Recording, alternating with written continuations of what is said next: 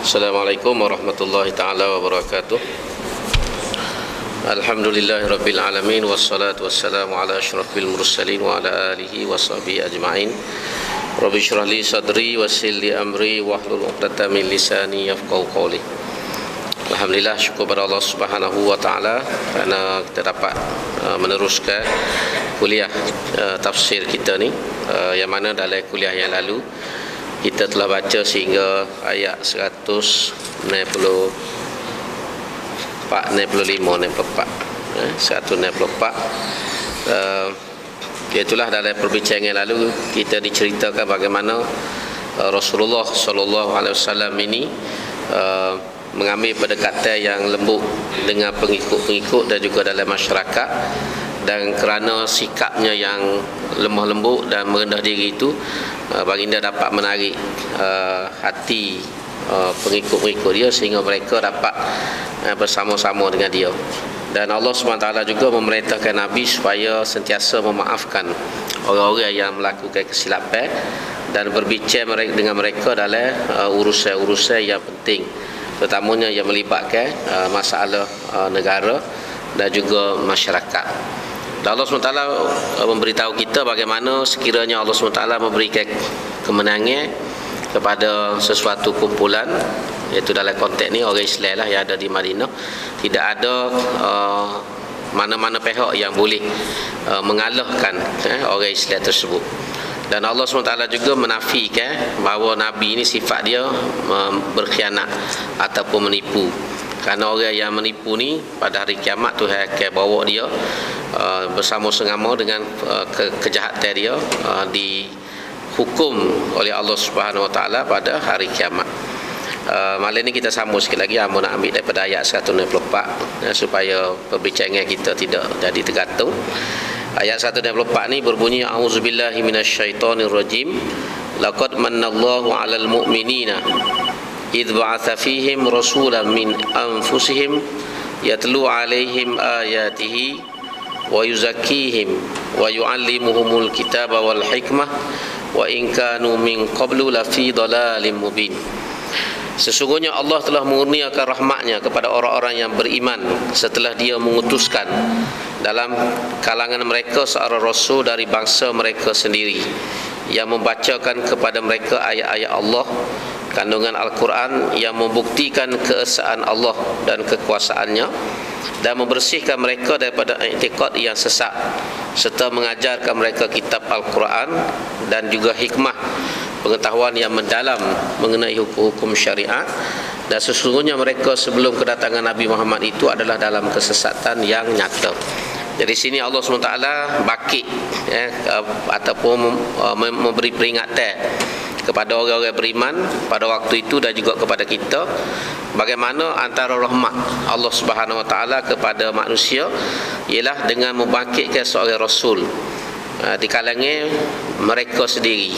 Iaitu kalau kita baca dalam sejarah, rasul-rasul dan nabi ini Tuhan latih di kalangan bangsa itu sendiri. Dia tidak ambil bangsa lain. Daripada kaum Ad sebagai contohnya, dia latih orang di kalangan kaum Ad juga. Kaum Samud daripada kalangan orang Samud, dia tidak ambil orang luar. Dalam konteks orang Arab ni, Tuhan pilih Nabi Muhammad SAW. Yang disebut sini min anfusihim, maksudnya adalah daripada orang yang sebangsa dengan dia, orang Arab juga, keturunan Arab. Dan bukan sebagai keturunan, tetapi ialah keturunan yang mulia di kalangan orang Arab. Sebab orang Arab ni dia banyak kabilah.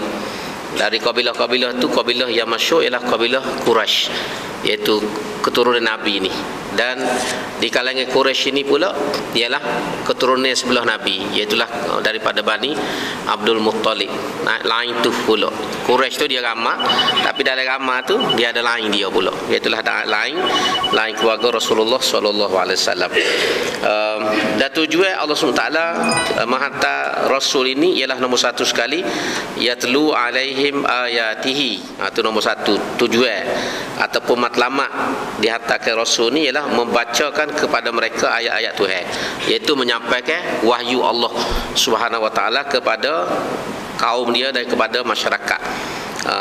Wahyu ni mungkin dalam bentuk kitab, seperti mana yang kita wajib beriman ni ada 4 kitab, iaitu Zabur, Taurat, Injil dan Al-Quran.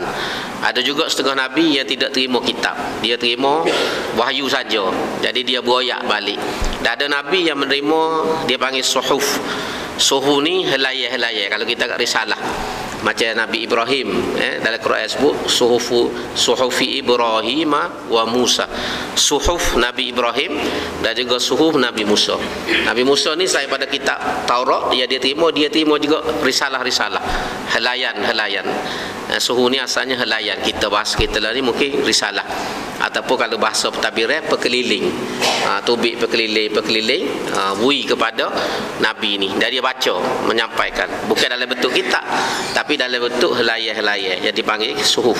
Jadi mereka ni menyampaikan wahyu Tuhan kepada manusia, menunjukkan jalan yang betul, membimbing manusia pada jalan yang diridai oleh Allah. Yang kedua, wa yu'allimuhumul kitaba wal hikmah, mengajar kepada mereka kitab suci. Dalam konteks Nabi Muhammad kita ni Quran lah, mengajar Quran, menjelaskan kandungan dalam Quran. Sebab tu Quran dengan hadis ni tak boleh berpisah. Tak boleh berpisah. Jadi kalau orang kata kita boleh faham Quran saja dengan tak ada hadis, orang ni sendiri tidak faham Quran. Sebab Quran ni tidak boleh berdiri sendiri. Tidak boleh berdiri sendiri. Dia kena ada orang jumroyak. Orang jumroyak, orang mentafsir. Supaya kita kata macam Kasih Ahmad ni, dia kata kalau kita terima hadis, kita jadi syirik. Sebab kita pergi Quran, pergi hadis, jadi syirik.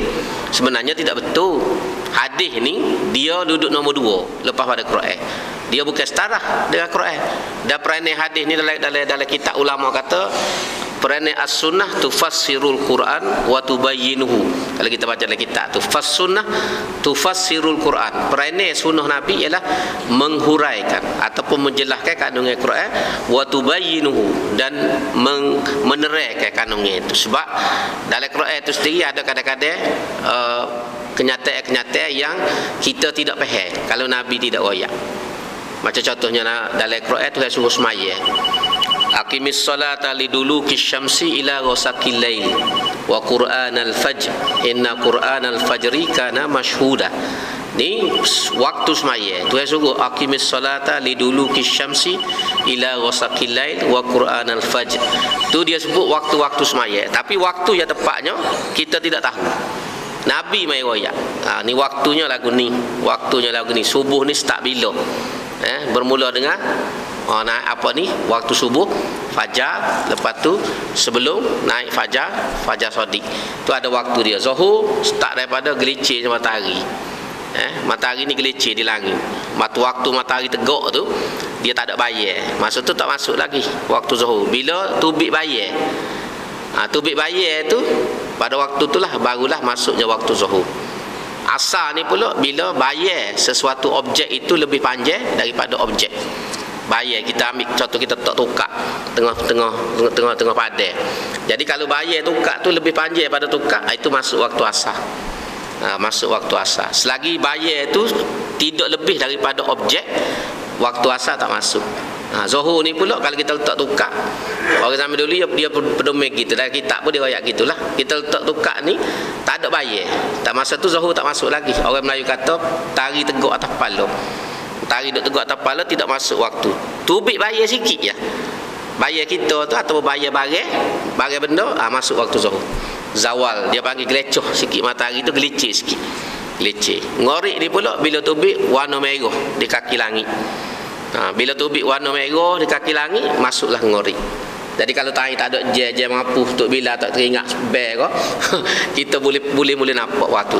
Nampak merah kaki langit, itulah tanda maghrib. Hilang warna merah tu, masuk waktu isya. Mudah ya sebenarnya.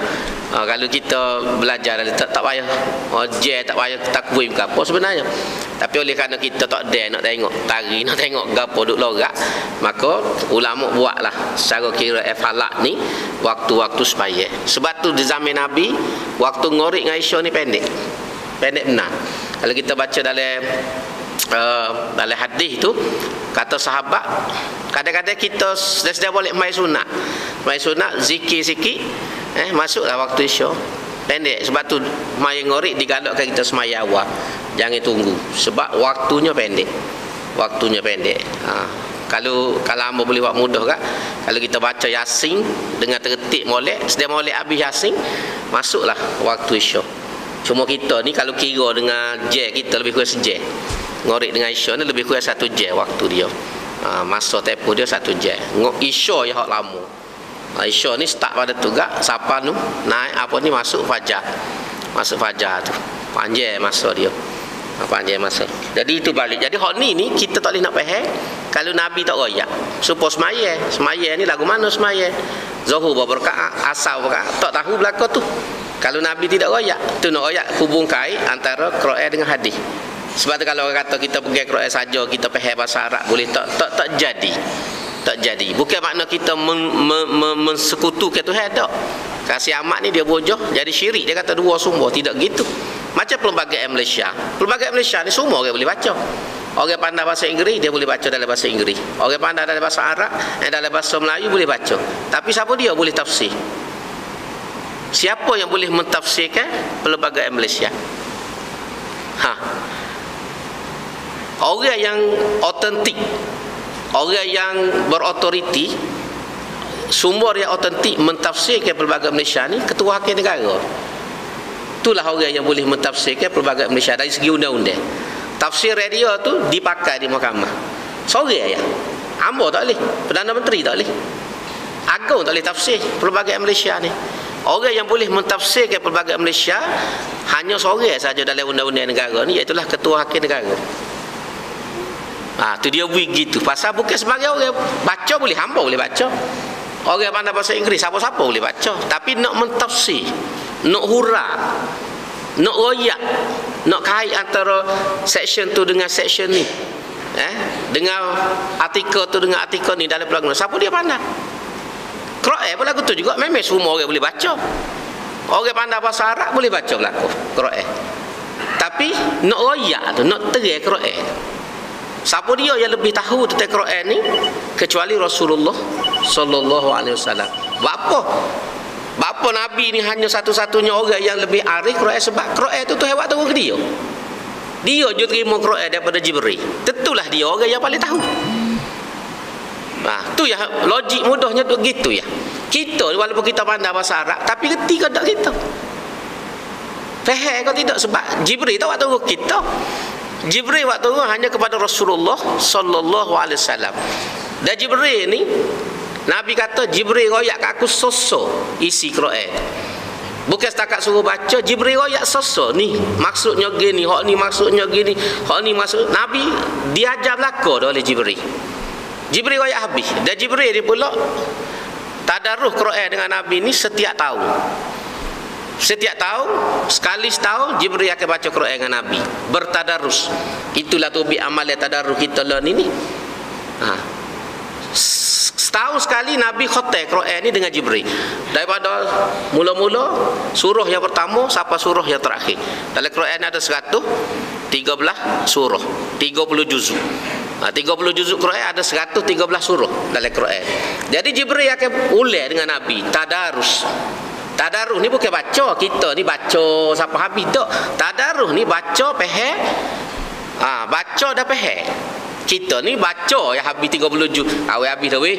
30 juz kita tadarus lepas sembahyang tarawih pun pakak membaca, aku dengar, aku baca mu dengar. Tu ya. Tapi Nabi dengan Jibril tak. Jibril royak sosok ni. Maksud ayat ni lagu ni, masuk ayat ni lagu ni, maknanya gini. Hurah habis kepada Nabi. Hak ni dia buat setahun sekali rutin. Dan pada tahun terakhir sebelum Nabi SAW wafat ni, dalam hadis Nabi kata 2 kali aku khatam Quran dengan Jibril. Tahun hak Nabi nak wafat, aku khatam Quran 2 kali dan Jibril royak belaka kehendak-kehendak makna-makna hak ada dalam Quran. Sebab itulah kita tak boleh faham Quran ni kalau kita tak rujuk kepada Nabi. Rujuk kepada Nabi maksudnya rujuk kepada hadis Rasulullah sallallahu alaihi wasallam. Asyik tu kena faham duduk. Baru kita nampak apa kita ni perlu kepada hadis. Jangan kita rasa kita pandai, kita boleh baca Arab, kita rasa kita boleh hurah belaka. Orang Arab sendiri pun tak boleh hurah supaya Nabi. Tak boleh hurah supaya Nabi. Sebab Nabi ni muka dia terima. terima sebab kita lah kalau kita jadi wakil pada guru kita ngajilah ilmu apa, ilmu selak ko, ilmu bomo ko, ilmu saka ko, bila guru kita turun kita dia kata mu boleh ganti aku lah kalau aku tak ada, maknanya semua barang duduk dengan kita. Orang lain tak serupa kita walaupun mungkin ngaji sekali dengan kita, tidak gitu sebab kita jadi wakil kepada guru ayat habis lah. Kita orang lain jadi anak murid ya, tapi tidak wakil. Bila jadi wakil tentulah tok guru ayat belaka orang ni bagi duduk dengan mu belaka, siapa tak faham apa rujuk kamu, itulah maksud mudahnya. Jadi sebab tu kalau kita kata kita boleh baca Quran, boleh faham dengan tok rujuk pada Nabi, tak usah pakai hadis mengarut. Tamu-tamu orang pun kasih amak bahasa Arab pun tak reti. Baik ambo pada dia. Banyak sungguh. Bukan ambo nak kecek agak, tapi ambo dengan dia ambo berani kata lebih ambo. Bahasa ambo ngaji daripada budak bahasa Arab. Ambo boleh ngaji pada budak. Banding dengan dia ngaji tidak serupa ambo ngaji. Ambo ngaji daripada budak lagi bahasa Arab. Hari ni banyak lagi ambo tak tahu perkataan Arab tu. Hari ni bu, selama tu kita ngaji puluh tua dah sendiri, janggut putih dah. Ada lagi kadang-kadang kita baca kita tak faham. Noyak tu ngaji selama tu, gak dia tu kohol lah berat pada kita. Apa berani bukan nak pelekeh kasih amat, tapi enggak mau kena. Amo tahu dia setara mana bahasa Arab dia, amo tahu. Bukan kata nak beragah. Jadi setara kita ngaji, amo ngaji bahasa Arab Jopak lagi. Jopak sekolah Melayu. Sekolah Melayu majlis masa tu Jopak tu ngaji bahasa Arab tu. Nak habis pas masuk universiti 20 tahun. Tapi lah ni kalau baca kitab ada lagi hak tak faham. Baca kitab ada lagi hak tak faham, kena cari orang, cari tok guru tolong terang apa dia maksud ni dalam kitab ni. Setara tu kita ngaji. Ada lagi barang kita tak reti. Gak orang sepuluh dia tu. Soh dah apa berani kata lebih tak reti padamu. Bukan nak kecek agak, tapi nak royak orang kata lu-nya lagu tu. Amo sendiri tak berani tafsir Quran. Kitab tafsir ni banyak dah mau baca, amo duk ngaji dengan orang tu dengan orang ni, tapi amo sendiri tak berani tafsir.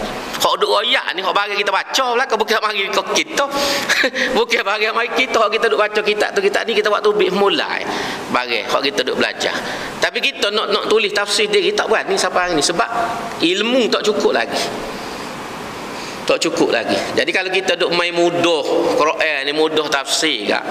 Letih lah. Sebab amo kata itulah apa ni nak ngaku doktor dengan tak pergi ngaji, beli kitab, beli buku banyak baca apa buka klinik nak mati. Kalau orang kita cocok ke dia kita pun kalau baca kita pergi beli habis buku perubatan apa kita buka klinik Muhammad Ahmad. Betul kata taki orang nak jadi doktor ni tahun ngaji tu pun belum tentu lagi. Jadi benda-benda ginilah nak suruh kita ni faham. Biar kita faham, kita nampak benda lagu tu supaya insya-Allah kita faham lah apa dia nak royak. Jadi sebab tu sini tujuannya wa yu'allimuhumul kitab, mengajar manusia ni dalam konteks kita mengajar orang beriman tentang kitab suci Al-Quran daripada awal sampai akhir. Wal hikmah di sini dia kata ilmu pengetahuan yang mendalam. Dalam tafsir dalam kitab-kitab Arab, hikmah di sini lah sunnah. Ya orang yang mula-mula mentafsirkan al-hikmah dalam Quran ni sebagai sunnah ialah Imam Syafi'i. Imam Syafi'i dalam kitab Ar-Risalah dia, iaitu kitab Usulul Fiqh. Kalau kita mazhab Syafi'i ni kena tahu lah lebih kurang. Jadi antara kitab besar Imam Syafi'i ni dalam fiqh dia panggil dalam Usulul Fiqh. Usulul Fiqh ni siapa-siapa nak jadi tok fakih, nak jadi ulama, dia kena reti Usulul Fiqh. Dia kata erti usul fiqh tak boleh jadi tok fiqh. Jadi dalam satu buku Imam Syafi'i dipanggil Ar-Risalah. Ar-Risalah ni kitab usul fiqh. Imam Syafi'i inilah orang yang mula-mula meletakkan asas kepada ilmu usulul fiqh. Dan dialah mentafsirkan perkataan al-hikmah dalam Quran itu sebagai as-sunnah. Sunnah Nabi sallallahu alaihi wasallam. Jadi bila Tuhan bagi kepada Nabi ni Alkitab, Quran, Tuhan buat mari pula as-sunnah, iaitu hikmah kebijaksanaan. Ilmu kebijaksanaan yang ada pada Nabi sehingga Nabi boleh royak kanunnya Quran tu supaya mana hak Tuhan nak. Tuhan buka dada Nabi ni. Tuhan buka, Tuhan kata wa ma yantiqu anil hawa. Muhammad ni dia tidak kecek dengan nafsu. Kita ni kadang-kadang kecek dengan nafsu. Nafsu agah kita, nafsu marah kita, nafsu deki kita, tubik mulut, tubik dengan nafsu. Tapi Nabi ni kalau berada bab agama, wa ma yantiqu anil hawa, dia tak kecek ikut nafsu, tidak ikut perasaan. Hak dia kecek tu barang hak Tuhan beri, tubik melalui mulut dia. Hak tu yang dipanggil ke hikmah. Sebab tu kata-kata Nabi benar belaka hak Nabi kata ni. Sebab dia kecek dengan wahyu daripada Allah Subhanahu wa taala. Kalau kita manusia biasa dia panggil ilham. Tuhawi ilham kita ni. Ilham kita tidak panggil wahyu lah. Pasal perekat kita bukan nabi, wahyu ni tuhawi khusus kepada nabi-nabi. Jadi sini tiga perkara. Ya telu alaihim ayatihi wa yuzakkihim wa yuallimuhumul kitab. Wa yuallimuhumul kitab wa hikmah. Yuzakkihim tu membersihkan. Dengan agama ni membersihkan pertama dosa syirik. Noda dalam hati kita ni kalau tak ada tauhid, kita ni syirik. Orang zaman dulu percaya kau bukit buka, sembah bukit buka, tengok apa ni orang panggil gejala-gejala alam, peti, ribut taufik. Orang zaman dulu puja tu. Dia takut ada aliran zaman dulu yang dia panggil animism ni, dia menyembah fenomena alam. Supaya orang India lah diminta maaf. Orang India ni kita tengok orang Hindu jumpa pokok kayu besar, dia puja. Jumpa pusu besar, dia puja. Dia puja fenomena alam. Fenomena alam. Takut. Hak tu dia katakan syirik. Tapi bila tauhid mari, Tuhan raya semua ni barang hak aku buat. Pokok kayu besar, ribut taufik, peti, apa ni, angin putih beliung, banjir besar, menatai buah, menatai hak gagah, dinosaur ke apa, semua aku buat belaka. Jadi mu jangan takut kepada benda ni, mu takutlah kat aku. Sebab benda ni hebat lagu mana pun aku buat. Aku buat, aku boleh kawal benda. Tengok api hak besar, tak boleh bakar. Tapi bila mari berdepan dengan Nabi Ibrahim, tu perintah api tu jadi sejuk. Qulna ya nar kuni bardan wa salaman ala Ibrahim. Api hak besar perone muka seminggu nyala tu seminggu. Nak ayat besar tak besar perone api tu seminggu. Tak mampu api tu seminggu. Bayarlah besar mana. Perone kita Melayu kita kapur kita panggil perone. Besar mana perone tu? Sampai seminggu nyala tak mampu. Boleh bayarlah besar mana. Besar bukit pun kali. Besar masjid ni pun tak tahu api besar. Tapi setara tu besar api dengan perintah Tuhan, Nabi Ibrahim hidup dalam tu seminggu, tak jejah sikit abu. Habis api mampu, Nabi Ibrahim bangun, hak nyalanya dalam kitab kata ikat pinggir dia. Ikat pinggir. Boleh jadi bakar gomurah kali. Kali kita kecek bahasa suka kita. Kali dia pakai ikat pinggir gomurah. Ikat pinggir hang. Tubuh baju semua tak jejah sikit abu. Duk molek-molek ada. Cokor dalam tu. Boleh makan pula. Makan ke apa? Dalam kitab kata Tuhan tumbuh ke pokok labu air. Tumbuh pokok labu air dalam api, panas-panas api, tumbuh labu air. Jadi Nabi Ibrahim seminggu tu duk makan labu air. Muka labu air ni kan dia sejuk dia menyejuk, dia ada khasiat dan ada air dalam tu. Jadi dagu hilang lapar pun hilang. Seminggu tu duk makan labu air. Ajaibnya kuasa Allah. Nak ayat tu Tuhan nak kata aku juga buat. Api setara tu hebat. Tapi dia aku kata tak sebakar, tak terbakar Ibrahim. Hati kuasa Tuhan. Gapo lagi kita tengok contoh. Laut tu waktu zaman Nabi Musa. Firaun ngambak, siapa di laut merah, nak kita oleh dah laut. Lihat belakang Firaun mari ribu-ribu. Nak buat ke mana? Tuhan kata, "Tahuk tukak mu tu wahai Musa. Tukak mu dia bawa tangan tu." Waktu lekat kat Melayu tukak Ali, tukak Musa, tapi lekat tukak Ali, tukak Musa hilang. Muka dia tahu ada laut betul kan? Hak gagahnya ada gagah Ali, gagah Musa. Tukak boleh ke Ali. Jadi Tuhan kata, "Tahuklah tukakmu." Dalam laut tu. Lalu Nabi Musa tahu tukak dia laut hak dalam setara tu terbelah jadi darat teh. Terbelah pula bukan so 12 lorong. 12 lorong lebih pada highway ni. Highway ni 4 lorong, ya lagi 2 lah balik 2. Ni balik ni 12 lorong. Tak ada tu belakang 12. Lama orang tanya ada tu kau ustaz, tak ada lah ada. Ustaz tanyalah tu memang tak ada tu. 12 lorong pasal Bani Israel ni ada 12 kabilah. Isnai asyara. Sebab tu Nabi Musa dia latih isnai asyara naqiba. Pembantu Nabi Musa ni ada 12 orang. Sebab seorang memimpin satu kabilah. Jadi terbelah 12. 12 ni masing-masing seru masuk. Jalan atas air itu supaya jalan atas darat. Kalau tuan-tuan tengok cerita, kamu tengok cerita masa di universiti tu. The Ten Commandments. Tu cerita putih Soho tu, Charlton Heston. Dia berlakon jadi Nabi Musa. Tu cerita tu memang betul-betul dia ambil tapi daripada Bible lah. Banyak nak serupa dengan Quran. Kamu tengok cerita 3 je cerita tu. Masa Amud Universiti dia tayar. Kita tengok kali. Memang moga kita duduk tengah belajar masa tu belajar tentang sejarah Nabi. Memang dia banyak nak serupa dengan Quran lah, tapi kita tak terima lah orang berlakon tu tak boleh dalam Islam ni. Tapi Charlton Heston ni berlakon jadi Nabi Musa. Dengan tubuh dia kasar, dia tunjuk 2 belah. Orang boleh jalan supaya jalan atas darat. Lepas saja puak ni, tentera Firaun mari masuk saja, jadi air mula. Jadi air mah. Tengok setara laut teh yang luah tu dengan kuasa Tuhan, Nabi Musa tahu tukak buruk. Tukak tu jadi sebab. Nak oyak kuasa Tuhan. Kuasa Tuhan, Tuhan buat boleh jadi darat teh. Tuhan perintah balik jadi air balik. Ni ayat kuasa Tuhan. Jadi sebab tu bila benda-benda ni kita fikir, kita tak perlu gerung dengan fenomena-fenomena alam dengan hebat setahun. Binatang, hak buah, hak gapo semua tu tidak akan jadi masalah sebab kuasa ni duduk dengan Tuhan. Nabi Yahya waktu dia ditahan oleh Raja Herod sebelum dia dipancung. Raja lepas singa. Masuk dalam kurungnya dia nak sumakan. Tapi singa ni bila pergi kat Nabi Yahya tunduk.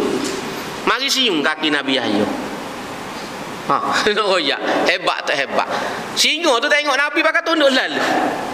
Tunduk lalu pergi siung kaki Nabi. Akhir jadi saing dah lejik. Dah lejik. Tak tahulah kena 5 tahun kau berapa tahun tak tahulah Nabi Yahya tu. Tu kita tak tahu. Ni kena 5 tahun. Allah macam-macam nak cari pasal. Tak ada orang nak tanding jedoh. Allah doa lalu lah. Nya takut buat orang gitu mau lalu ni. Baik. Tu biarlah tu lama kena samai pula.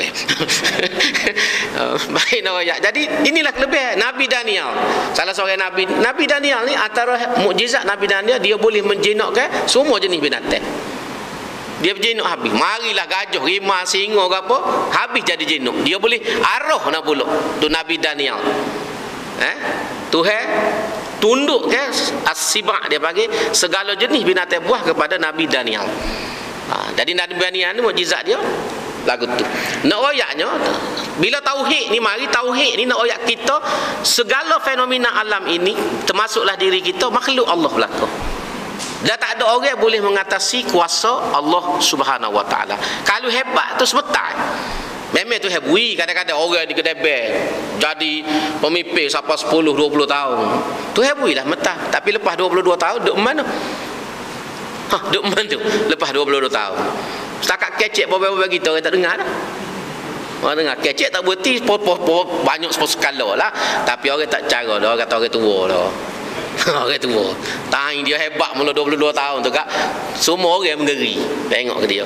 Lah ni tak ada, anak dia pun tak dengar dia dah. Ya, ni kuasa Allah Subhanahu Wa Taala. Itulah maksud tauhid tu. Membersihkan jiwa kita manusia supaya kita buat syirik, kita letak Tuhan duduk depan. Bila kita duduk situ baru kita jadi hebat. Manusia ni hebat bila dia saing dengan Tuhan. Sebab itulah kata orang bijak pandai, kamu akan jadi manusia yang hebat, merdeka bila kamu menjadi hamba.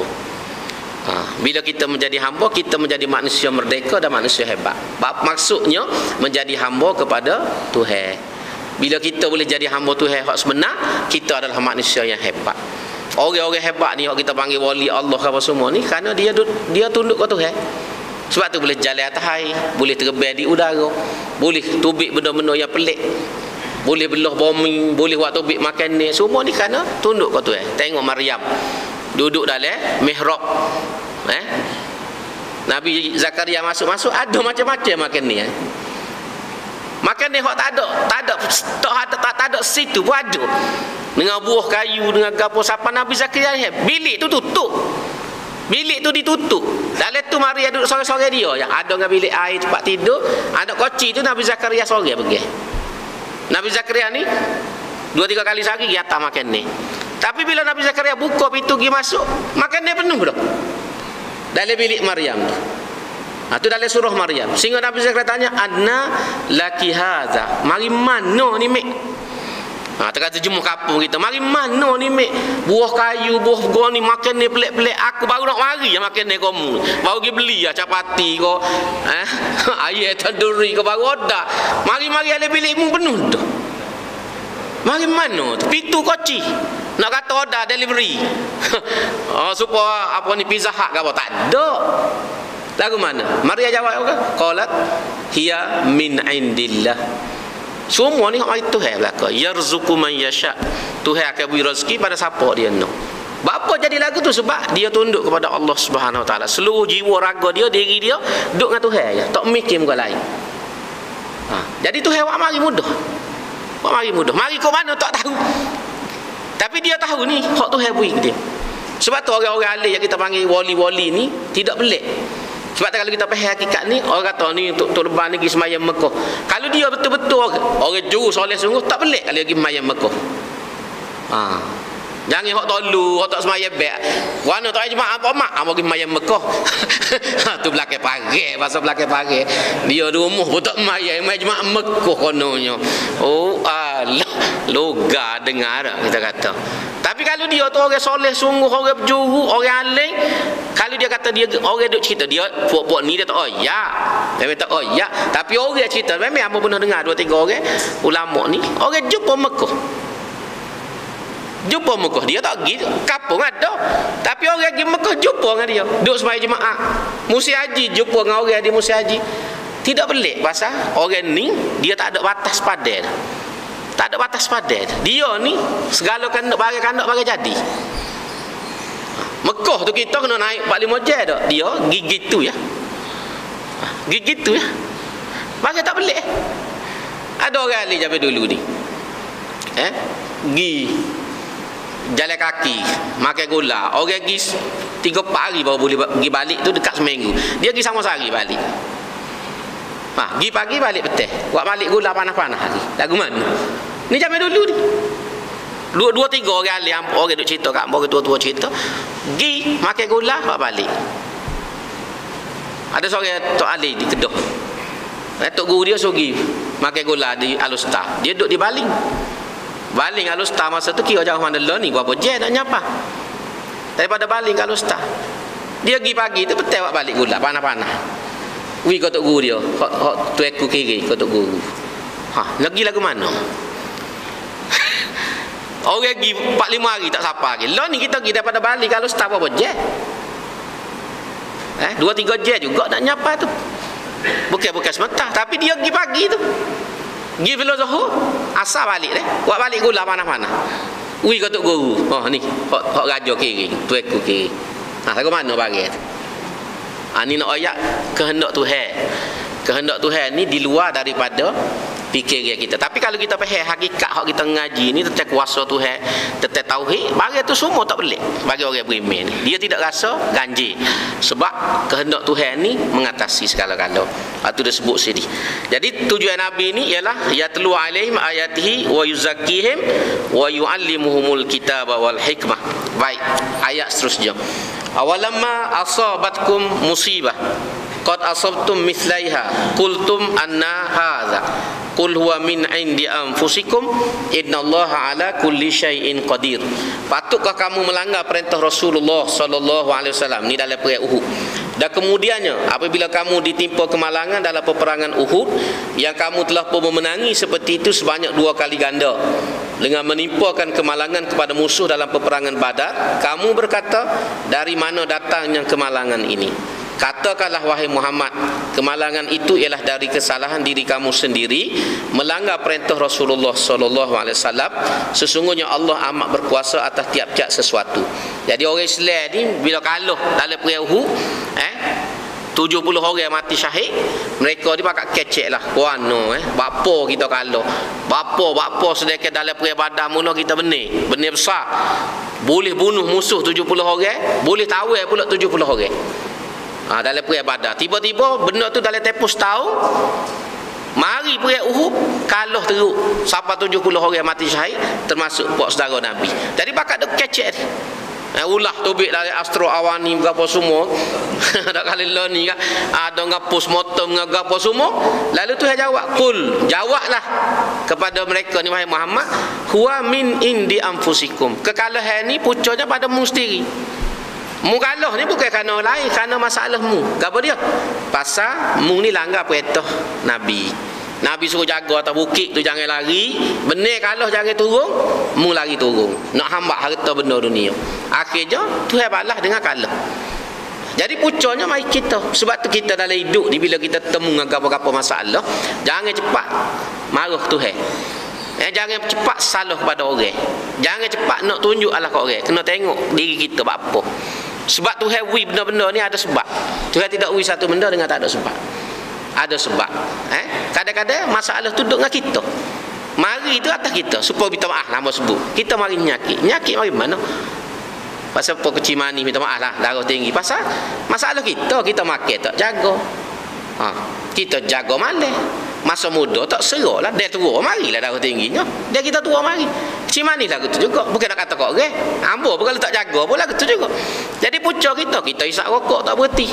Sampai dua sekali masuk 2 butang rokok. Sungguhnya takut dia kau Muka rokok tu okey bagi dia pakai ambil 2 pak bermulut cucuh lalu dua-dua. Perangai. Tu ya jadi nyakit macam-macam tu. Jadi pucuknya mari kita. Asalnya mari kita. Asalnya mari kita. Tuhan ni bui ni ada sebab. Ada sebab. Kegagalan kita dalam hidup mari pada kita. Tapi perangai kita manusia termasuklah hamba. Kita baik tak si tengok diri kita dulu. Kita nak tengok ni kih orang ni. Kih gini lah. Kih kita tak tahu orang macam. Nak lepas diri kita. Akhirnya kita tidak bertemu dengan kehendak Tuhan. Tuhan nak suruh kita insaf, nak suruh kita betul diri kita. Tapi bila kita rembah kat orang macam, akhir kita jadi bunuh dengan kita. Ni kan orang tu, ni kan orang ni. Hak kita tak khabar kadang kita maya tak ada belah mana. Kita ingat Tuhan pun tak ada belah mana. Bila bak mari benda-benda kita duk ngepek. Pada Tuhan kadang-kadang nak suruh kita ingat dia. Agak sangat mu ni. Nak suruh mu ni ingat aku, aku wi masalah. Wi nyakit, wi gotu, wi gini, wi kegagal, wi apa. Nak suruh kita betul. Tapi kadang-kadang perangai kita kau tolu. Jadi kau tolu tidak lagi kau jauh dak. Dah lah tangi segar tak jumpa masjid, tangi susah pun tak mari juga masjid. Penak kerja ni. Patutnya tika segar boleh jadi lorak tak mari masjid. Tangi susah temulah masjid dak juga. Nak jadi guano. Tu contoh. Sebab paling baik ni ke masa susah mari masjid. Cokoh belakang tu email. Minta bayar dulu lagi pada orang. Tanya susah. Lepas tu bila selesai masalah hilang tu boleh kira dah. Mana reti juga cari masjid. Ni kau susah, kau ada masalah, kau tolu. Tidak cari masjid dak, kita cari apa ni? Tok bomo ni nak jadi kaya. Habis masuk dalam gua dalam gapo nak jadi kaya, minta nombor ekor. Tidak kagung. Dia jumpa Tok Bomo ni. Dia kata Tok Bomo ni hebat ni, boleh win nombor ekor. Ya kahwin tu sesok ya pak tua sesok. Kalau Tok Bomo tu hebat sungguh, dek dia habis nombor ekor. Dek dia tapi kita dia beli dulu lagi. Tapi nak ayat kita go. Hebat dia ni boleh win nombor ekor. Ya kahwin tu susah baju pun tapung. Tapi nak tak kena nak mikir gitu. Tak kena nak mikir siapa ya Allah kata jadi masalah kepada kita dalam hidup. Jadi hak ni nak ayat Tuhan nak ajar kita kul huwa min indi anfusikum. Tuhan ayat ni mari daripada kita. Kita temu dengan kadang-kadang boleh jadi kita buat molek dah. Tapi Tuhan buat juga apa? Tuhan nak suruh kita tambah. Nak suruh kita tambah. Apa ni? Ibadat kita kepada Allah. Dan kadang-kadang Tuhan nak angkat derajat. Sebab tu dalam hadis Nabi kata asyadun nasi balaan al-anbiya thummal amsal fal amsal. Orang yang paling banyak Tuhan uji, Tuhan uji bala dalam hidup ni ialah nabi-nabi. Nabi-nabi lebih berat pada kita lagi. Thummal amsal fal amsal, lepas tu kau turun. Tuhan uji ni, Tuhan uji ni bihasbi imanikum, mengikut kekuatan iman kita. Kuat iman kita, berat ujian. Kurang iman kita, kurang ujian. Sebab tu Nabi Tuhan uji berat. Tuhan uji berat. Antara kita tengok Nabi Ayub. Nabi Ayub tu kalau kita baca dalam sirah Allah, kita tak temu seperti dia. Tuhan bui mula-mula kaya, seni, anak ramai, harta banyak, melimpah ruah.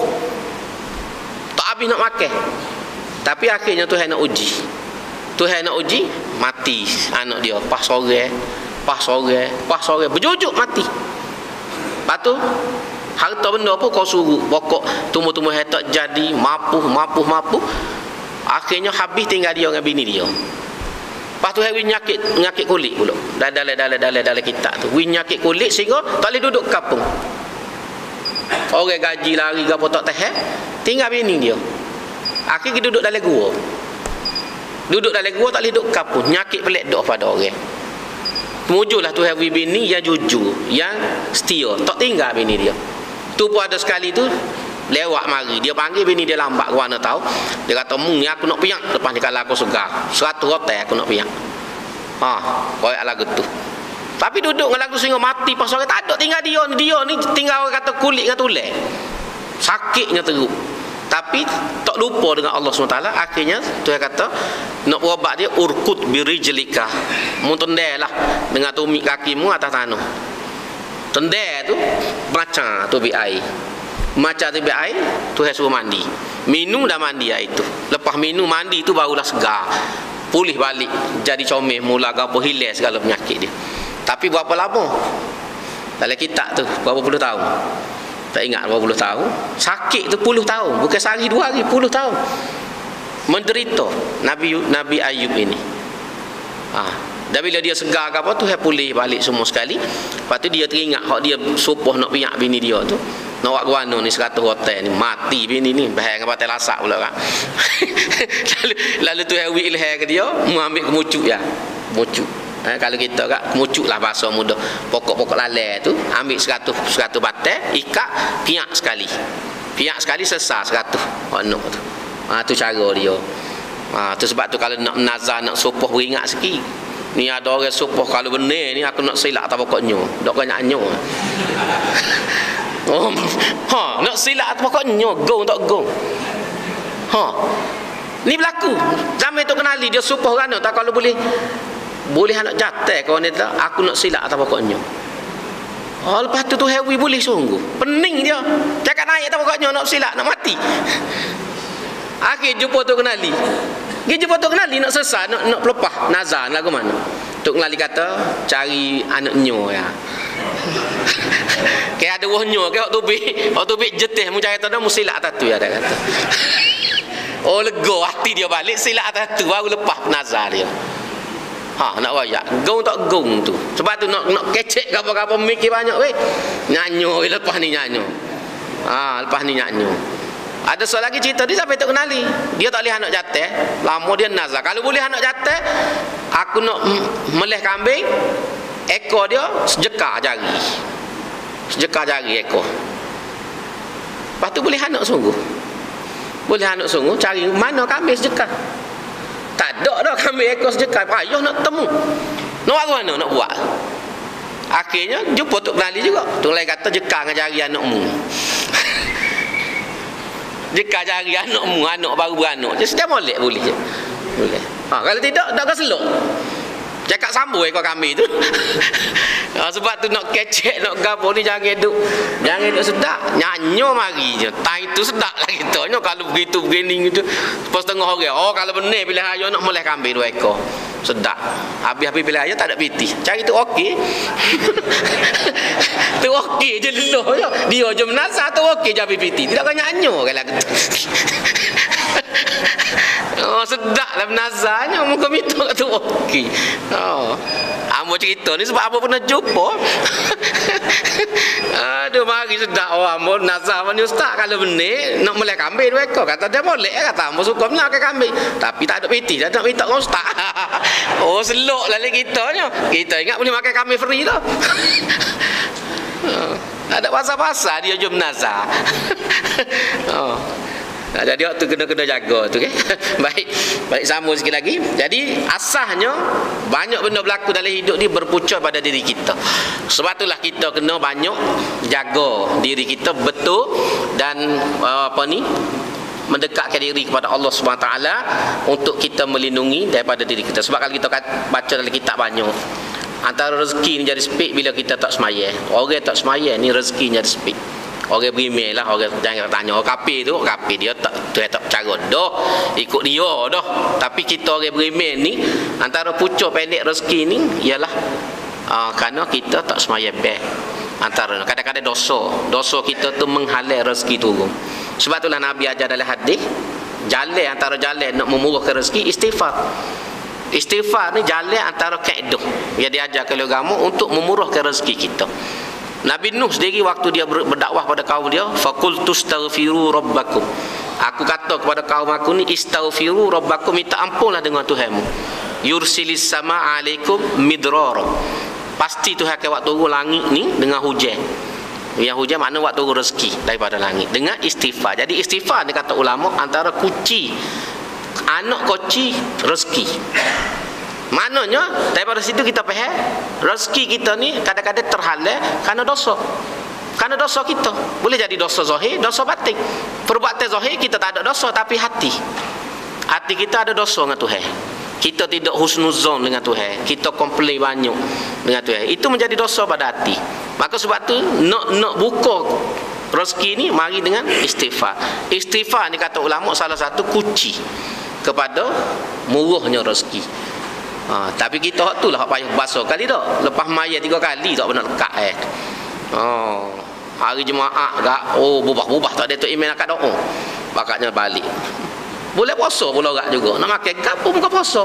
Ambo berheran kalau tidak puasa boleh jadi ingat bini masuk ikan keluh kau gapo rumah tu. Lorak lepas Jumaat ni boleh puasa pun berebut nak balik lepas Jumaat. Apa nama hijau. Balik rumah nak masuk dekat bini, tak leh nak makan nasi, tak leh. Baiklah duduk masjid je lepek, di masjid tak serabut sikit. Tapi sungguh kita mau lalu. Kadang-kadang bawa salah tak mutu dah. Bila-bila lopak brum tak mutu. Jadi kita bukan tak faham dengan manusia ni. Kadang malu kau orang Cina, hamba negeri Cina tu kak. Lepas sembahyang Jumaat tak bangun, tak tubik kecuali lepas sembahyang sunat. Muda tua lagu tu berlaku di negeri Cina. Allah, pergi Jumaat awal. Kita suruh awal dah, kita pergi setengah jam belum waktu. Ada duh buat dia. Cokoh harga, pas duk dia senyap. Cina ni geger kita kata po Cina kayu perahu. Geger Cina. Tapi tinggi dia di masjid senyap. Ya, seramai-ramai orang ambo pergi sembahyang masjid tu orang 30,000. 30,000 Jumaat saja. Bayar. Senyap tak bunyi kawan satu. Bersih pun tak bunyi. Batuk pun tak ada. Kita ni kat sebutir masjidnya batuk. Mainnya batuk tu kat sebutir masjid. Dia ni senyap. Lepas tu sudah maya Jumaat, semua bangun maya sunat. Paling kurang 2 rakaat. Barulah turun pergi. Allah, kalau tempat kita bawi salat tu kat berebut tangga ni. Bertukar selipar. Dia ni siapa? Tak tubik kecuali bangun semaya sunat. Paling kurang 2 rakaat. Tapi goliknya tidak 2. Pak tu golik buat dia semaya. Kita maya pak ketek malu ke buat dia. Maya ketek temu kita pakai piyuh berapa ni semaya pak ketek. Ada seorang orang tua hamba tak tengok, lah orang lain tengok. 8 rakaat maya sunat lepas Jumaat. Tua dah. 8 rakaat. Kata. Kita semaya sunat 2 rakaat seragah tak mudah dah. Maya sunat hari dia behel 8 rakaat lepas Jumaat. Itu nak ayat hebatnya bangsa Cina daripada segini. Baik, sambung sikit lagi. Jadi tadi mari baca diri kita. Baik, ayat 160 ni wama sambung lagi tadi. Wama asabakum yaumal taqal jama'ani fa biiznillah wal ya'lamal mu'minin. Dan apa yang telah menimpa kamu pada hari bertemu 2 kumpulan, itulah kata tertera di medan perang Uhud itu, maka adalah ia dengan izin Allah dan dengan tujuan Allah hendak melahirkan dengan nyata akan orang-orang yang sebenar-benarnya beriman. Jadi hak berlaku dalam perang Uhud tu, walaupun orang Islam tertanya-tanya apa jadi lagu ni, apa boleh kalah, Tuhan kata ni semua kehendak Tuhan berlaku. Tuhan takdirnya mu kalah dalam perang Uhud, pucanya kerana mu ni tak patuh kepada Rasul. Perintah Nabi mu langgar, itulah pucuk besar mu ni kalah. Dan yang kedua, aku nak tunjuk orang hak betul dengan orang hak tidak betul. Hati dia dalam perjuangan ini. Orang hak pergi tu kerana Islam, hak pergi perang tu kerana sungguh, ataupun orang hak pergi saja-saja, ataupun kerana nak cari muka lain. Tuhan nak tunjuk. Sebab tu Tuhan buat lagu tu. Bila lagu tu nampak, Nampaklah. Oh, hak mana hak sebenar, hak mana hak tidak. Dengan kekalahan ni. Jadi nampak hak mana hak jujur, hak mana berjuang kerana agama, hak mana kerana turut-turut orang ataupun nak cari habuan dunia. Itu tujuan Tuhan buat lagu tu. Seterusnya Tuhan kata waliya'lamal ladzina nafaqu wa qila lahum ta'alu qatilu fi sabilillahi aw idfa'u qalu law na'lamu qitalan lattaba'nakum hum lil kufri yawma idzin aqrabu minhum lil iman yaquluna bi afwahihim ma laysa fi qulubihim wallahu a'lamu bima yaktumun. Dan juga dengan tujuan dia hendak melahirkan dengan nyata akan orang-orang yang munafik. Ia dikatakan kepada mereka, marilah berperang pada jalan Allah untuk membela Islam, atau pertahankanlah diri, keluarga dan harta benda kamu. Mereka menjawab, kalaulah kami faham ada peperangan dengan sebenar-benarnya, tentulah kami mengikut kamu turut serta berperang. Mereka ketika mengeluarkan perkataan itu lebih dekat kepada kufur dari dekatnya kepada iman. Mereka selalu menyebut dengan mulutnya apa yang tidak ada dalam hatinya. Dan ingatlah, Allah amat mengetahui akan apa yang mereka sembunyikan. Jadi tujuannya Tuhan nak tahu siapa hak sebenar, siapa tidak. Dan dalam ayat 167 ni Tuhan kata Tuhan nak menzahirkan orang-orang munafik. Iaitu orang munafik ni waktu tubik tu kan, nak perang tu dia pergi dengan Nabi. Siapa sekat jalan, undur balik. Tak pergi perang. Alasannya dia kata tak boleh turut Muhammad ni sebab Muhammad turut budak-budak muda. Dalam mesyuarat tu kan, kita ingat peristiwa perang Uhud. Dalam mesyuarat sebelum pergi perang tu, Nabi sendiri dengan orang-orang hak tua ni nak perang di Madinah. Tapi golongan muda ni, hak tak ada waktu perang Badar mula, dah sebahagian daripada mereka yang nak harta ni tekan Nabi supaya pergi perang luar.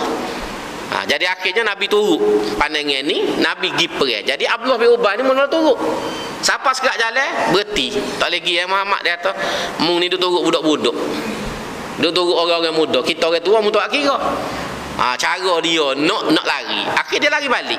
Ni jadi ni orang ni. Jadi bila berlaku benda ni, bila orang balik Madinah dalam kekalahan, dia walau Allah dia kata kita dah ingat tak perang. Kalau kita tahu perang nak kalah gini kita pakat tolong. Bagi-bagi itulah gitu. Itu bahasa mudah, hamba terjemah bahasa mudah. Jadi demon ini bila orang Islam balik dalam keadaan kalah, mati syahid pula sampai 70 orang, dia walau Allah dia kata kita tak tahu nak jadi gini mu ni. Ni dalam Quran ni kata, qalu law na'lamu qitalan, kalulah kami tahu ada perang, tentulah kami turut muretek Muhammad. Kami tak duduk di Madinah ni, kami pakat pergi retek tolongmu. Tolong ratek. Jadi hak sebenarnya Tuhan kata hatinya lagu lain. Dalam hati dia mojo kita tak pergi, tidak mati pas kita. Dalam hatinya hak sebenarnya nasib baik kita tak pergi dah. Nasib baik kita tak pergi. Jadi hak ni dikata ke sinilah. Jadi hak ni Tuhan kata pada waktu tu hum lil kufri yauma izin aqrabu minhum lil iman. Pada waktu tu demon ni lebih dekat kepada kekufuran daripada keimanan. Orang munafik ni memang kita sebut dalam sejarah kan, berlaku waktu di zaman Madinah. Di Mekah tak ada, pasal Islam dia lemah. Bila Islam kuat, masa tu orang hak tak suka ke Islam dia tak berani lawan Islam. Nak duduk lik orang kafir, dia takut kena bunuh. Akhir nusuk lik Nabi, buat lolok sokong Nabi. Yang dipimpin oleh Abdullah bin Ubay bin Salul. Ni dalam sejarah disebut, memang dalam sebut sejarah dia semayang ni duduk belakang Nabi semua. Pakaiannya serban besar pada orang, joboh labuh, duduk belakang Nabi semua semayang. Tapi inilah bapak munafik. Orang penuh minta izin dengan Nabi nak bunuh. Nabi kata jangan. Kalau aku bunuh dia ataupun mung bunuh dia, orang akan kata Nabi Muhammad ni bunuh saing dia sendiri. Bunuh saing dia sendiri. Pasal dia zahirnya orang tak nampak. Orang ingat dia ni berjuru muka duk ngonik ke belakang Nabi semua. Belakang Nabi semua. Hakikatnya dalam hati tidak. Dan Nabi tahu belakang. Tapi Nabi tidak benar. Tidak benar. Sahabat apa orang lagi minta izin ya Rasulullah, biar hamba lah. Hamba pergi bahas senyak-senyak kau buh dalam goni. Pakai contoh Nabi kata jangan. Nabi kata jangan. Dan bila satu perekat tu dalam satu peristiwa lain pergi perang ni, jadi Abdullah bin Ubay ni duduk kecek buah di Madinah. Duk kata ke Nabi ke apa siapa benda tu kepada Nabi. Lalu Nabi pun nak bunuh pasal berat doa ni. Anak dia pergi minta. Anak dia nama Abdullah bin Ubay. Dia ni setia pada Nabi. Dia ni jumpa ya Rasulullah, sebelum tuan ni suruh orang bunuh ayah hamba, biar hamba bunuh. Nabi kata apa pula? Dia kata baik hamba bunuh sendiri daripada orang lain bunuh. Sebab kalau orang lain bunuh ayah hamba akan terasa. Dan hamba akan berdendam dengan orang itu. Jadi tak comel dia kata. Hamba akan mari perasaan nak nutup belok muka ayah hamba. Biar hamba sendiri bunuh, selesai cerita dia kata. Tak sakut dengan orang. Lalu dia pergi tunggu. Pintu-pintu Madinah tu. Ayah dia nak balik sekak, jangan masuk dah tu. Jangan masuk. Ayah ni Nabi arah sebuah ayah bunuh. Geger ayah dia ni. Allah mu nak bunuh ayah sendiri. Jangan masuk Madinah ni sebelum Nabi izin. Geger jadi isu besar masuk. Lalu orang pergi jumpa Nabi. Lalu Nabi hantar orang, royak ke Abdullah tu, lepaslah ayah dia masuk. Lepas ayah dia masuk. Nabi pun tak jadi dah nak bunuh pasal duk mikir kalau bunuh dia jadi isu lain. Tubik dalam TV lagu lain lah cerita pula.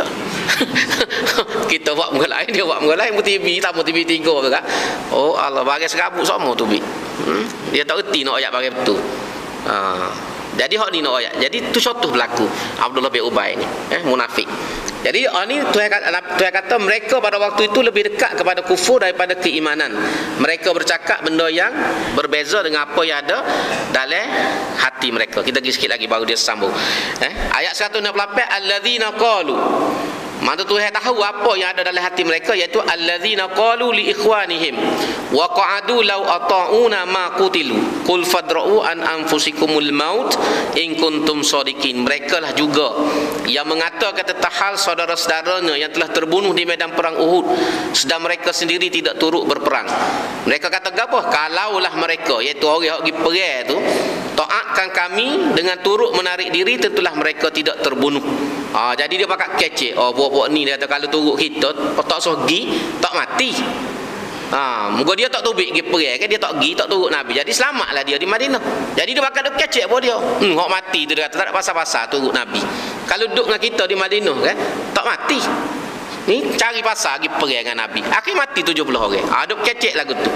Lalu Tuhan suruh Nabi jawab, "Qul, katakanlah Muhammad kepada mereka ni, jika demikian, hindarkanlah maut itu dari diri kamu.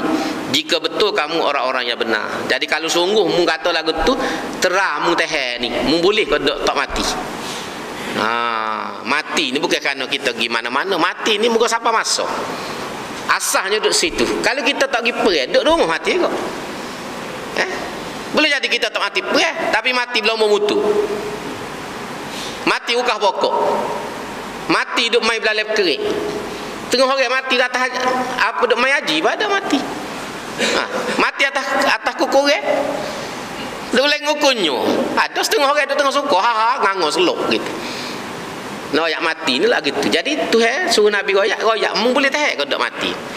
Mati ni bukan kan nak pergi perang.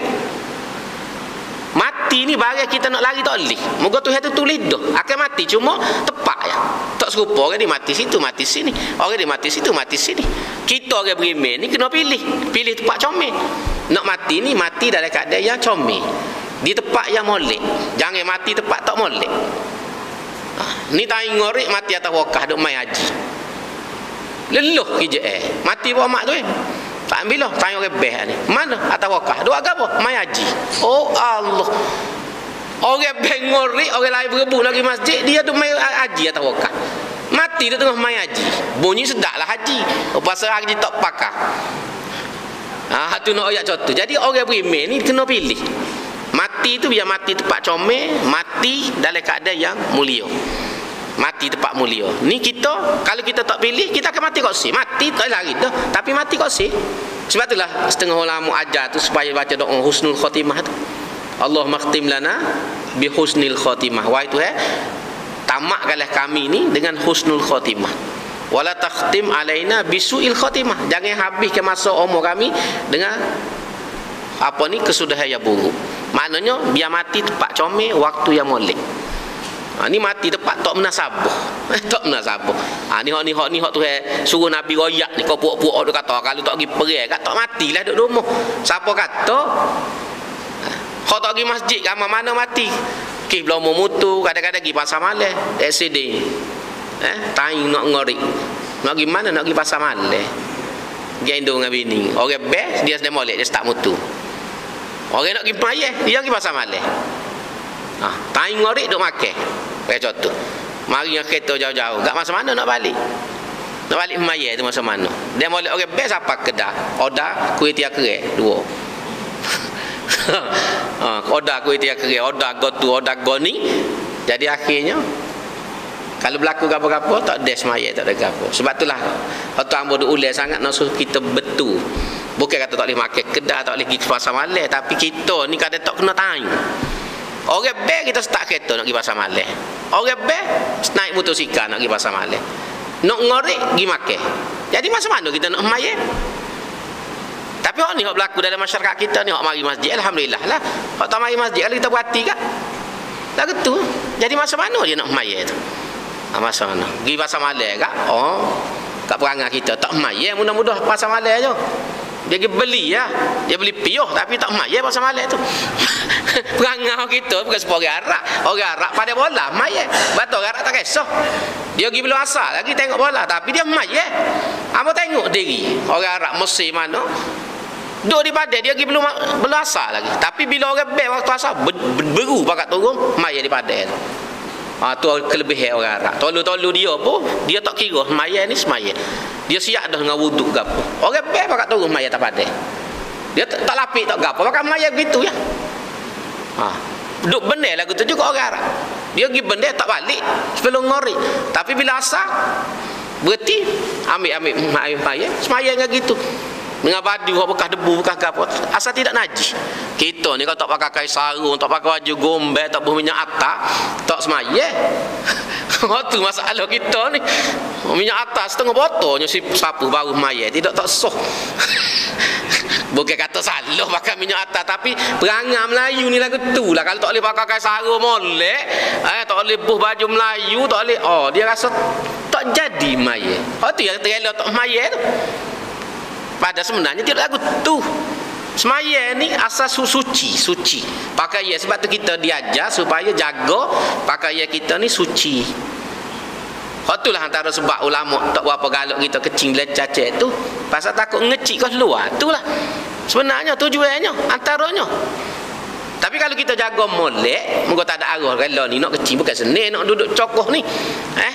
Kita jaga jangan ngecik lah seluar tu. InsyaAllah gimana-mana pun seluar kita bersih semua. Siapa masuk ambil wuduk semaya. Wuduk semaya. Nak kena ajar gitu. Tapi lah ni alhamdulillah. Lah dulu memang tak boleh maya apa? Seluar cemar. Ingat kau ni mari hik yang rupanya seluar cemar. Kita ingat bunyi tak boleh maya tu, ingat mari bulan kejut lah kita je. Berjebing mari bulan ke mana. Rupanya seluar tak cuci dia kata. Apa je bakal luar cemar. Apa bakal luar cemar. Kalau kita rasa kita ni tak agak dengan luar, siap kain sarung lalu dalam beg. Siap kain sarung, tak ada masalah apa. Gimana-mana lah kereta ya ada kain sarung. Lain motosikal ada kain sarung. Jadi kita gimana-mana taipar ambil bakar Maya. Tak ada apa satu. Kalau kita fikir kita tu duduk nak semaya. Tapi kalau tidak kak kita buat alas untuk tak semaya. Kalau ni ada kain sarung tu boleh lipat. Lipat bahasa poket. Kain sarung Indonesia tu ada. Tapi mahal sikit lah dekat RM100. Dia panggil kain basuh. Dia ni di Makassar banyak. Dia panggil kain basuh. Tapi kalau kita gila Labuan, di Labuan tu banyak jual. Murah lah tak siapa dah. Dah RM20 boleh. Ambo giba ni dah RM20. Dia kain tu nipis benar. Kita basuh tu kita boleh lipat bersatu ya. Pakai puas apa tangi. Tebuh lah poket. Hak tu gimana-mana seni bakal Maya. Cuma jangan Maya tengah padai dia agak ngedok. Lama jadi po. Nama jadi po belu naik pakai kita terakak. Hak tu kena jaga cuma dia nipis dok agak nge. Ambo tak boleh pakai kai tu nek ngedok. Serupa tak ada ya po tak ada. Maya po tak agak serupa tak ada kai. Dia agak ngedok tak rasa tubuh. Baik itu seterusnya. Jadi situ baik akhir sekali kita berhenti ni. Jadi Tuhan kata kepada mereka fadra'u an anfusikum, cubalah kamu elok daripada dirimu kematian sekiranya kamu benar. Lepas tu Tuhan kata wala tahsabannal ladzina qutilu fi sabilillah amwata bal ahya'un inda rabbihim yurzaqun. Dan jangan sekali-kali engkau menyangka orang-orang yang terbunuh yang gugur syahid pada jalan Allah itu mati. Mereka tidak mati, bahkan mereka adalah hidup secara istimewa di sisi Tuhan mereka dengan mendapat rezeki. Kita kita berhenti setakat tu dulu. Pasal ada 2-3 ayat ni kait. Kalau kita sambung pun tak ada. Kita berhenti situ takut tergantung. Kita berhenti sehingga ayat 168 insya-Allah. Dalam kuliah akan datang kita sambung ayat 169 insya-Allah. Jadi dalam masa sebentar ni kerana ada cadangan supaya buka ruang, bukalah sebentar takut ada gapo-gapo nak tanya ke nak gapo.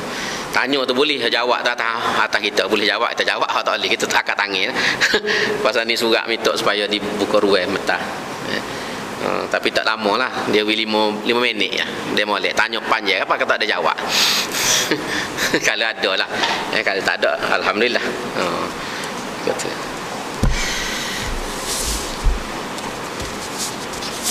rasa tak ada gapo ni.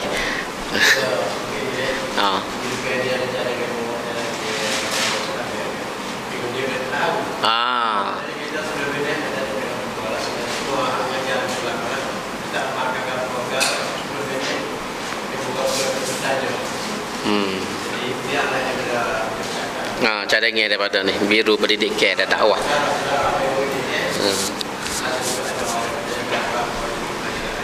Nak penjelasan kau nak gapo kau.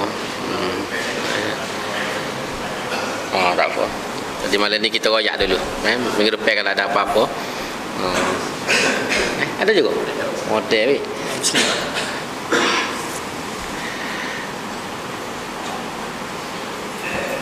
Banyak soalan ni. 2 soalan daripada muslimah.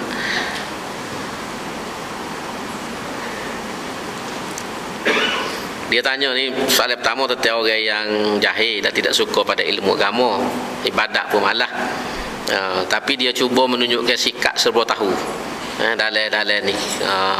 Sedangkan ilmunya tidak setara mana. Memanglah tak boleh lah. Kita ni dalam agama ni kalau kita tak tahu, kita kena buat cara tak tahu. Jangan kita nak pandai-pandai. Kita nak pandai, itu nombor 1 sekali. Jangan kita kecek barang yang kita tak tahu.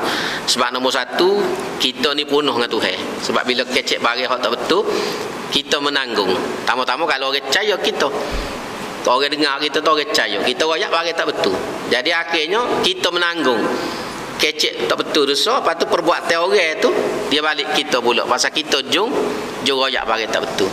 Lepas tu sikap malah beramal pun tak kenalah dengan kita orang Islam ni. Betul lah kita kena usaha. Sebab tu lah hamba selalu tekan supaya kita ngaji dalam agama ni, kena ngaji banyak sebenarnya benda yang kita tak tahu dalam agama kita. Hamba sendiri pun sejak hamba ngaji jak mula sampai lah ni, bila hamba dengar orang ngajar, bila hamba duk baca kitab, banyak rupanya kita tak tahu. Kita duk suruh banyak dah kita ngaji, rupanya banyak lagi hak kita tak tahu.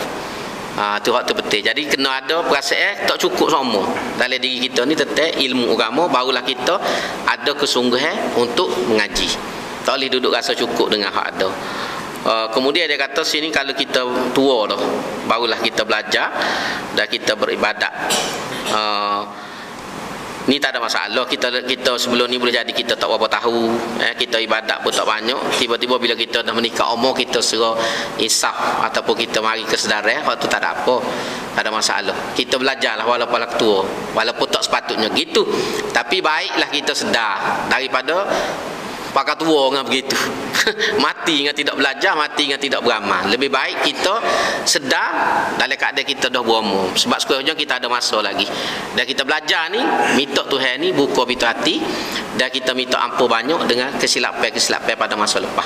Kena minta juga keampunan tu masa lepas. Kita ni ada masa-masa lepas ni kesilapan-kesilapan banyak sebelum kita cerdik. Jadi kita kena minta juga keampunan Tuhan selain daripada kita berusaha menambahkan amal ibadat kita. Dengan harapan insya-Allah Tuhan boleh ampunkan dosa kita dan Tuhan boleh ganti. Doa ni kadang-kadang dia boleh mengganti kesilapan kita. Kita minta doa dengan Tuhan, Tuhan ipu doa kita. Doa ni boleh jadi satu masa akan boleh menghapuskan kejahatan kita. Supaya juga kita buat benda baik. Benda baik ni boleh menghapuskan kejahatan. Macam contohnya wudu ni, sebab itulah kata ulama apa, air wudu ni tidak sah buat ambil sembahyang. Air bekas kita ambil wudu ni tak sah buat sembahyang, sebab kita bila kita ambil wudu, kita membersihkan dosa-dosa yang ada di anggota kita. Pandangan mata kita, hidung kita, mulut kita, kita kecek kat si mata tengok benda tak molek. Hidung kita ni duduk hidu benda-benda hak tak sepatut, tangan kita duduk jamuh barang hak haram kadang-kadang. Jadi bila kita ambil wuduk tu kita buang. kita buai sebab itulah air wuduk tu kotor. Sebab tu tidak boleh digunakan balik, dia jadi air mustakmal kecuali bila air tu cukup 2 kolah. Cukup 2 kolah tu sebabnya. Sebab tu Nabi kata bila sahabat tanya tentang kelebihan wuduk ni, Nabi kata lagu mana dia tak kalau mung ni depan rumah mung ada sungai duk mengalir, mu mandi dalam sungai tu 5 kali sehari. Cuci ke tak cuci tubuhmu? Nah, abang kata tentulah cuci 5 kali sehari mandi. Maka Nabi kata begitulah juga wuduk. Berwuduk ni 5 kali sehari untuk semaya tu seolah-olah macam kita mandi sungai 5 kali sehari. Tubik habis segala kekotoran zahir yang ada pada diri kita tu. Tu betul. Sebab tu dalam agama digalakkan berwuduk pada setiap kali nak semaya. Walaupun tak salah ada setengah orang dia lekat wuduk sampai 3-4 waktu pada orang jenis lagu tu, tapi hak digalakkan tajdidul wuduk dia panggil, sentiasa membaharui wuduk terutamanya bila nak semaya. Sebab bila wuduk tu dia ada pahala. Setiap kali kita ambil wuduk kita buai dosa dan kita boleh pahala pula. Lebih kalau kita semaya sunat pula lepas wuduk. Dan kalau kita ambil ni pula dia jadi tanda ni. Sebab tu dalam kitab tu ambil biar lebih wuduk. Ajarlah kita ni ambil biar lebih semua. Walaupun ni ya hak wuduknya. Tapi ulama kata kalau boleh pergi pakai atas. Naik biar naik sini. Semua. Muka pun bila kita basuh biar lebih. Biar lebih. Kaki pun basuh biar lebih. Sebabnya ialah sesok ni dia tubik cahaya. Kata ulama sesok di akhirat tanda wuduk ni dicerah. Anggota wuduk kita ni cerah di akhirat. Jadi kalau kita ambil ni kita meluaskan tempat cahaya tubik. Dia panggil ghurran muhajjalin. Dalam hadis tu iaitulah tanda-tanda orang ni berwuduk. Sebab tu ajar kita kadang-kadang bobo, kadang tak sapa pun ada sebab tak mau tegur semua. Ambil kadang-kadang kita bobo ya, kita kadang boleh jadi tak sah. Sebab tu ajar biar lebih, ni lebih. Biar lebih pada sikun. Duduk sini lepas dah, tapi kalau boleh ajar biar duduk sini. Setiap kali kita ambil wuduk rauk biar habis. Rauk biar habis. Muka pun biar pergi lebih. Hak ni ya taranya sebenarnya.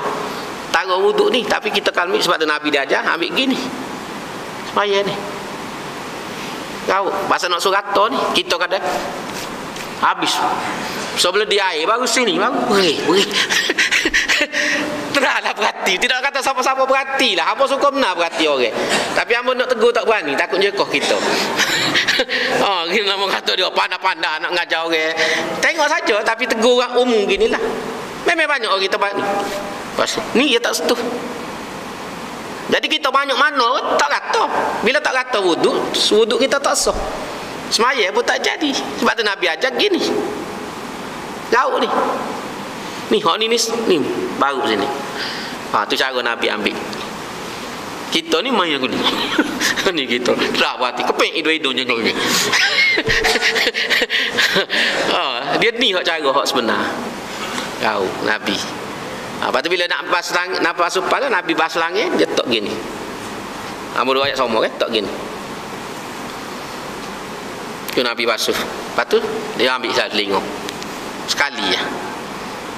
Kita ni ceh betul sah dah. Tapi hak sunnahnya basuh tangan sekali tak sini. Rauk. Tapal lo habis ni sambung lalu. Tak payah ambil air lain dah untuk telinga sekali ya. Telinga ni pun kena ambil gini. Ni kita Ambo tengok naik lemuh lah kata puak ni lagu mana pih tu berlinggo tu. Dia ni sebenarnya ambil duduk selinggo ni kita.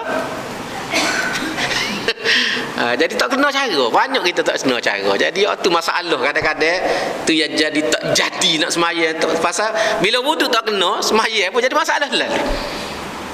Maya jadi masalah. Itulah biarlah tu kita kemula. Tapi yang pentingnya ngaji beramal. Biar lewat pun tak apa daripada kita tidak beramal langsung. Tak usah caralah kita umur 50 60 hak tu lebih baik daripada tidak beramal langsung. Dengan harapan insya-Allah lepas-lepas tu Tuhan ampunglah dosa kesilapan kita tu, dan Tuhan ni Maha Pengasih, Maha Penyayang insya-Allah. Jadi dalam rasa boleh jawab lebih kurang dalam dua soalan ni. Insya-Allah kita sambung dalam kuliah akan datang.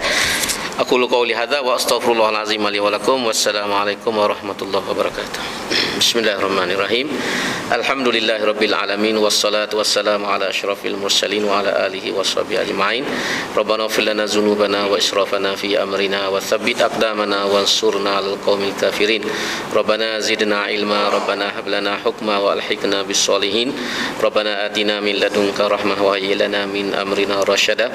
Rabbana atina fid dunya hasanah wa fil akhirati hasanah wa qina adzabannar.